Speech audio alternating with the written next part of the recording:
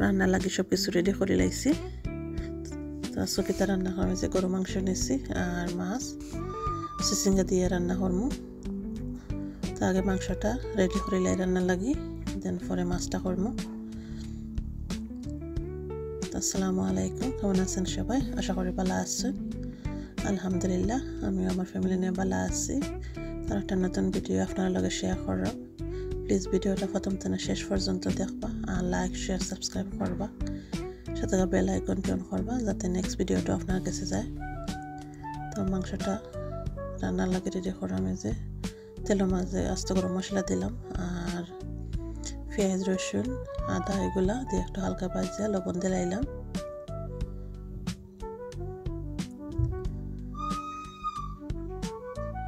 তখন মাংসটা দিলাইমু আর কিছু ধনিয়া পাতা দিলাম।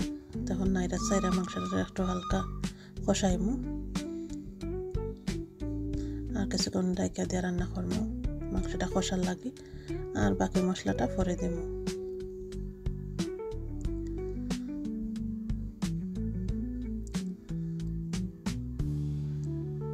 তো চিচিঙ্গা দিয়ে আর মাছ দিয়ে রান্না করবো আর সাথে কিছু আলু বেশিও দিব।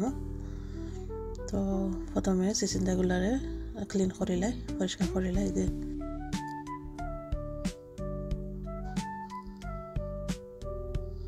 তো চিচিঙ্গাগুলারে পরিষ্কার করে কাটি লাইমু।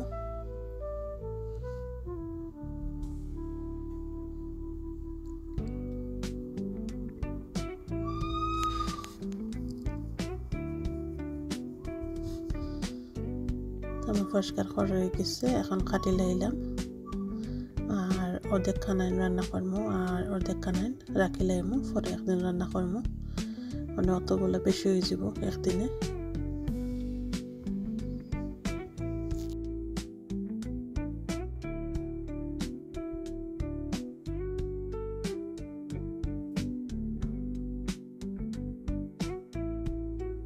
তো মাছটা এখন বাজার লাগিতে লাইলাম হলুদ লবণ মাখাইয়া।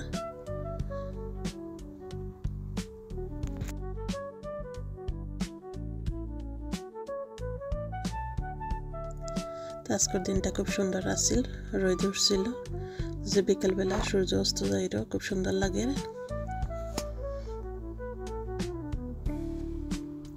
দেখবেন মাছ ভাজাটা হয়ে গেছে।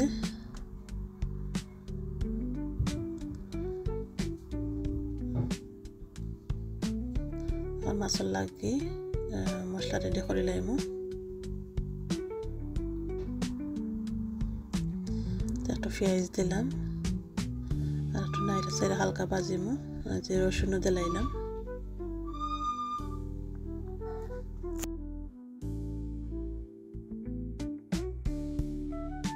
পরিমাণ মতন লবণও দিলাম।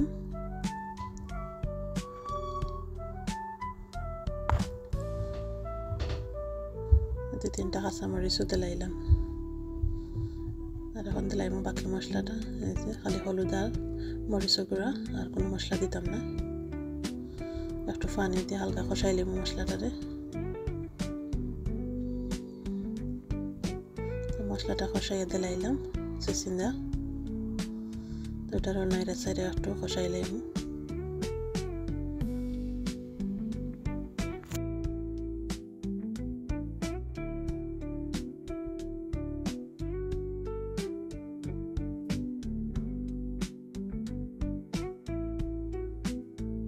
তো মাংসটার নাইরা সাইরা দিলাম আর এখন দিলাম গুঁড়া মশলাগুলো, মিক্স কারি পাউডার আর একটু মাংস পাউডার দিলাম। এখন নাইরা সাইরা আর একটু কষাইমু আর একটু কষানোর পরে পরিমাণ মতন একটু পানি দিব যাতে মাংসটা ভালো করে সিদ্ধ হয়, এত বেশি দিতাম না।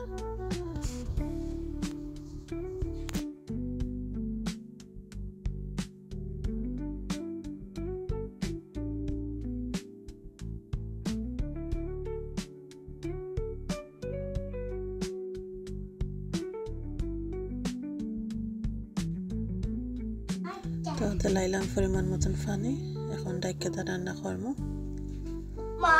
আরো কিছুক্ষণ।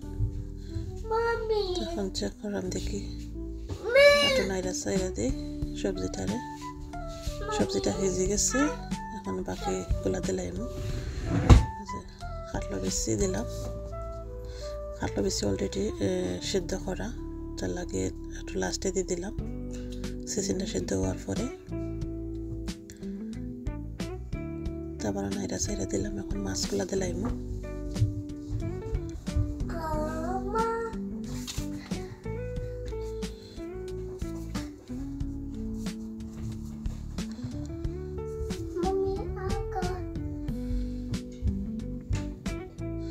তখন দিলাইমু পরিমাণ মতন পানি একটু ঝোল থাকার লাগে আর মাংসটা ভালো করে হওয়ার লাগে তো আমার রান্নাটা প্রায় শেষ মাংসটা আমার হয়ে গেছে এদিকে মাছের তরকারিটাও আমার হয়ে গেছে একটু ধনিয়া পাতা দিলাইমু